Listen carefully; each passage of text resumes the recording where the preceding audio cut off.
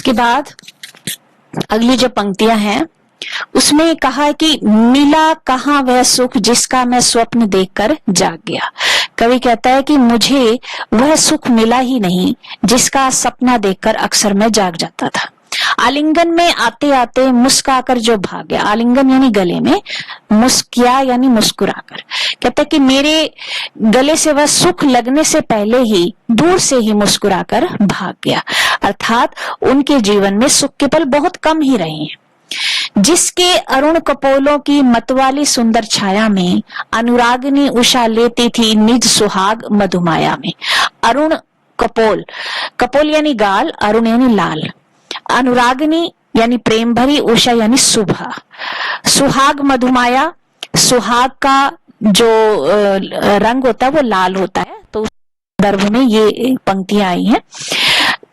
यहाँ लिखा है कि जिसके अरुण कपोलों की मत वाली सुंदर छाया में, अर्थात जो मेरे सुख के पल हैं उसके अरुण कपोलों की, उसके जो लाल लाल गाल हैं, उन लाल गालों की मतवाली सुंदर छाया से ही अनुरागिनी उषा लेती थी। अनुरागिनी यानी जो प्रेम भरी, उषा यानी सुबह, जो प्रेम भरी सुबह है वो अपने सुहाग की मधुमाया अर्थात अरुण कपोलों से ही, अर्थात लाल गालों से ही वो लालिमा ग्रहण करती है। यानी जो सुबह की प्रेम भरी उषा है उसमें जो लालिमा होती है वो कवि के जो सुख हैं उस सुख के लाल गालों से ही ग्रहण करती है। आगे है कि उसकी स्मृति पाथे बनी है थके पथिक की पंथा की। स्मृति यानी यादें, पाथे यानी सहारा, पथिक यानी यात्री या मुसाफिर, पंथा यानी रास्ता। उसकी स्मृति यानी जो सुख के पल हैं वही पाथे बनी है, जो वो सुख के पल हैं वही उनके सहारा है। अर्थात कवि की जो सुख भरी यादें हैं, स्मृतियां हैं, वही कवि की क्या है, सहारा है। और वही पथिक की पंथा है, अर्थात वही राह में थके हुए मुसाफिर का सहारा है जो उसकी थकान को दूर करता है। कहने का अर्थ यह है कि कवि जब बहुत ज्यादा दुखी होता है तो उन सुख भरे पलों को कुछ समय के लिए याद कर लेता है और जो है उस समय उन सुख के पलों को याद करके वो थोड़ा खुश हो जाता है और वो इन स्मृतियों को, इन यादों को जो उसके सुख का सहारा है वो किसी के सामने बताना नहीं चाहता। फिर आगे लिखा है कि सीवन को उधेड़ कर देखोगे क्यों मेरी कंथा की। सीवन, सीवन यानी सिलाई, कंथा यानी गुदड़ी, गुदड़ी जो बिस्तर होता है लगा है। और यहाँ सीवन का मतलब जीवन से है। कहते हैं कि जो मेरे जीवन की कंथा, गुदड़ी है, अर्थात मेरे जीवन की जो कथा है, मेरे जीवन की जो कहानी है, तुम उसे क्यों उधेड़ना चाहते हो। अर्थात मैं अपने जीवन को उधेड़ कर तुम्हारे सामने रखना नहीं चाहता।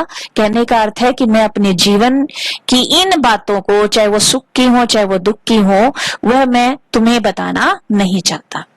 छोटे से जीवन की कैसे बड़ी कथाएं आज कहूं। कहता कि मेरा जो ये जीवन है ये बहुत ही छोटा सा जीवन रहा है और इस जीवन की अभी बड़ी बड़ी कथाएं नहीं है, कोई ऐसी कथा नहीं है जिन्हें मैं तुम्हारे सामने व्यक्त कर सकूं। उसके बाद कहते क्या यह अच्छा नहीं कि औरों की सुनता मैं मौन रहूं। कवि कहते हैं कि क्या यह अच्छा नहीं होगा कि मैं सिर्फ औरों के ही इतिहास सुनूं, औरों के ही कहानियां सुनूं और अपने विषय में मैं मौन रहूं। अर्थात अपनी कहानी किसी को बताना नहीं चाहता, उसके विषय में मैं मौन ही रहना चाहता हूं। सुनकर क्या तुम भला करोगे मेरी भोली आत्मकथा। भोली यानी सीधी सादी, आत्मकथा यानी मेरी कहानी। सुनकर क्या तुम भला करोगे। कहते कि मेरी जो आत्म कथा है ये बहुत ही भोली भाली सी है, सीधी सादी सी है, इसकर सुनकर तुम्हारा कुछ भला नहीं हो सकता। अभी समय भी नहीं है, थकी सोई है मेरी मौन व्यथा। कहते कि अभी उचित समय भी नहीं आया है कि मैं अपनी कथा को दूसरों के सामने व्यक्त कर सकूं। क्यों? क्योंकि थकी सोई है मेरी मौन व्यथा। मौन व्यथा यानी जो मेरी पीड़ा है वो पीड़ा भी मौन है और वो थक कर सोई हुई है और मैं उसे अब उठाना भी नहीं चाहता। कहने का अर्थ यह है कि मैं अपनी पीड़ाओं को, अपनी कहानी को किसी के सामने बताना नहीं चाहता और ना ही ये बताने का समय आया है।